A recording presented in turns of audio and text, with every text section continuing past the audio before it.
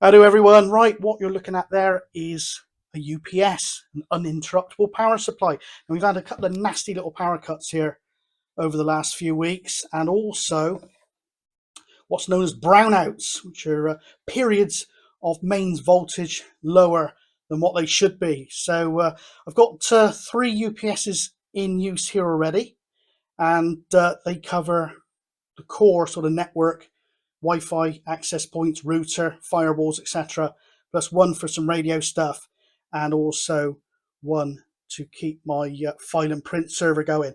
Now, recently I've set up a little Linux machine that I would like to keep protected, so hence the new arrival. Now, this is I usually favour APC UPSs, to be honest. I've got one reasonable sized Belkin and 2 APC 350s here, and I've also protected my father's router with an APC 350 as well.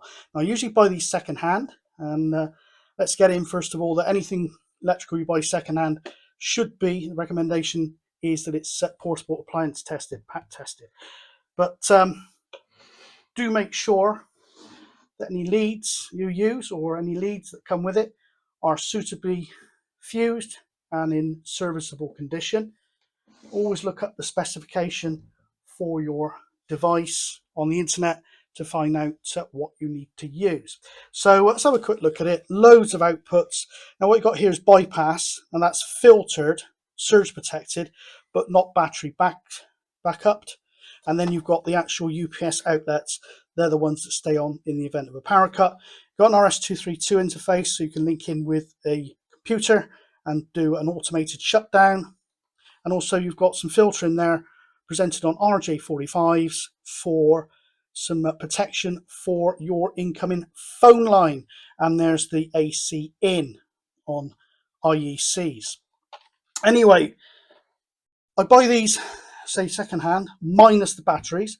And once you take the batteries out of these things, they weigh a lot less. But I must say this one is particularly lightweight, so I don't know how good it's going to be. But there we go. So what I'm going to do is put a battery in it. Now, most of these things, they're really easy to put batteries in.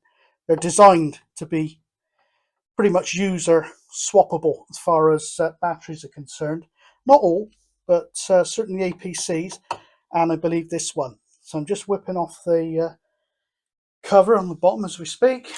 Now, I made an assumption on what battery this would take, and as they say, assumption is the mother of all.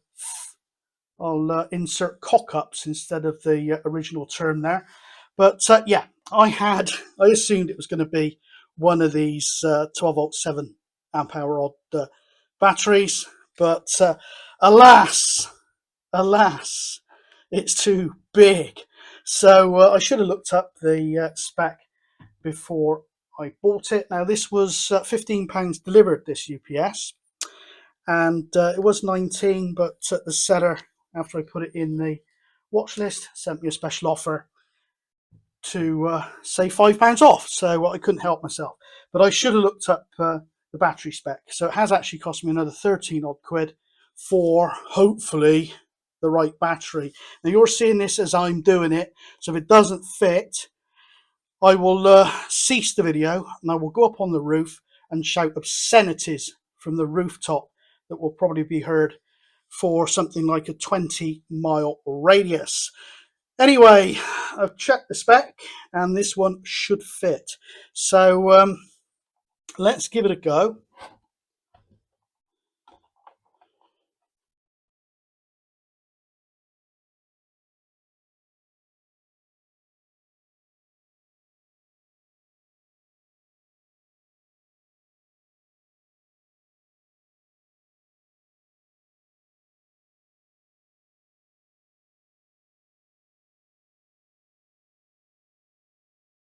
Actually, there's a little bit more length there, we should be all right.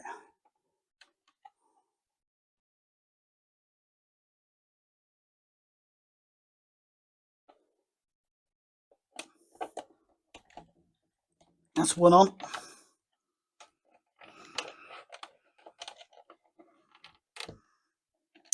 Ooh. That's two on.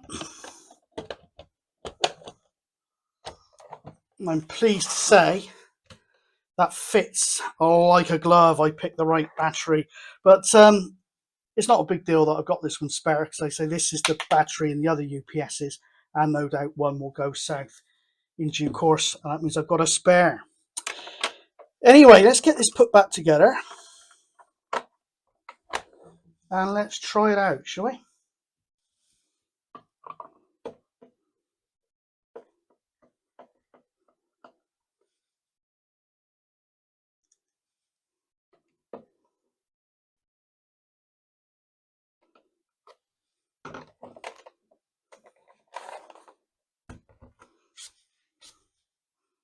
Let's see if we've got any charge in it.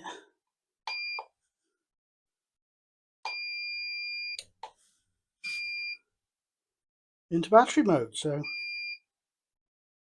sounds promising. Right, I'll get that hooked up to the mains, and let's hook up my piece of kit to it. So I'm quite pleased it's not too noisy. Hopefully it's not too noisy once it's on mains power.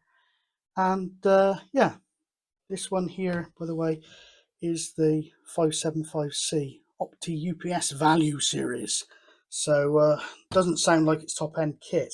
Now you get basically two types of UPS. You get one that's an online, which means everything is always on battery, and it's absolutely seamless when the power goes down and the switch over to backup is concerned, totally seamless. Or we get something called, I think it's offline, line interactive type stuff, where there's a micro millisecond type delay as it flicks over from main supply to battery. But I've never known that be a problem. So there we go. That's how you quickly buy a UPS on the cheap and swap out the battery.